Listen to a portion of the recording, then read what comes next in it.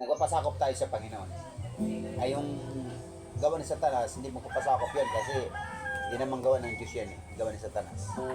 So salamat sa Panginoon, salamat sa Bernard, salamat sa iyo. Itong kay Ricky, si Bunso, kay Jeffrey at kay Tis. Even sa amin, kay Alma, no, kahit mga pagod, no, pero patuloy tayo.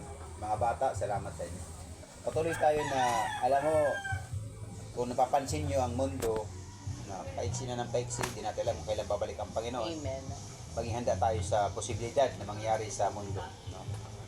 Hindi ako nananakot, pero dahil nasa Biblia, wala man mawala kung maniwala tayo, di ba? Oo.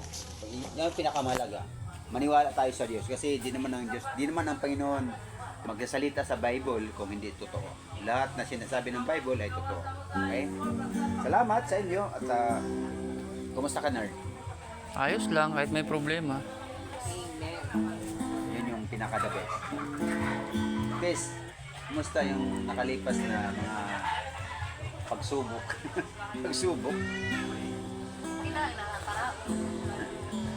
Nakakaraos talaga.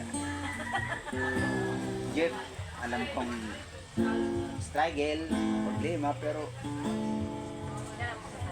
Jeff, kumusta Jeff?